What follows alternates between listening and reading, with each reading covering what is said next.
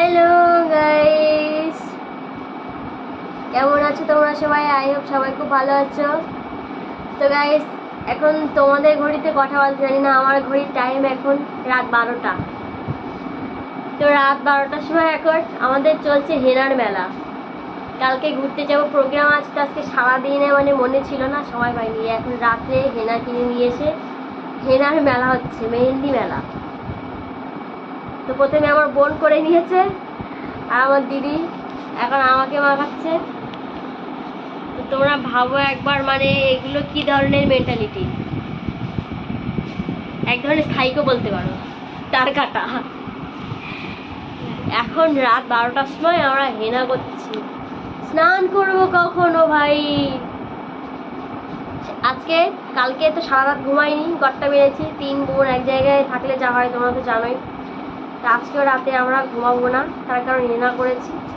বিছানায় তো ঘুমাতেই পারবো না, আর এই মেঝেতে ঘুমালে ঠান্ডা লাগবে। আমার এমনি ঠান্ডা লেগে গেছে, জানি না কালকে আমি দম নিতে পারবো কিনা বা বেঁচে থাকবো কিনা। হয়তো জিন্দা থাকবো না কালকে আমি, ঠিক আছে? কারণ এই হেনা করেছি, এখন বসে থাকবো সারা রাত ধরে। মানে 4-5 ঘন্টা তো লাগবে হেনাটা শুকানোর জন্য।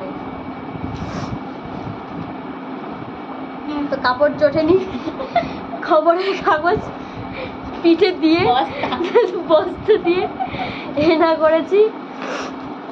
হ্যাঁ, তো মানে এখন করেছি, অন্তত কমপক্ষে তো 4-5 ঘন্টা লাগবে শুকাতে। এই রাত্রেবেলা মাথা ধোয়া আমার পক্ষে একদমই সম্ভব না,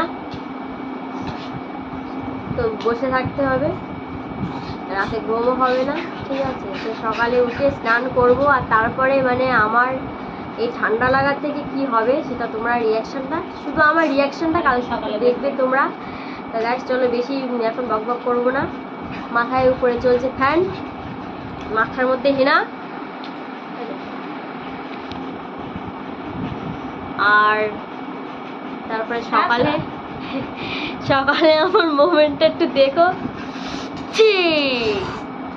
টাটা, গুড নাইট।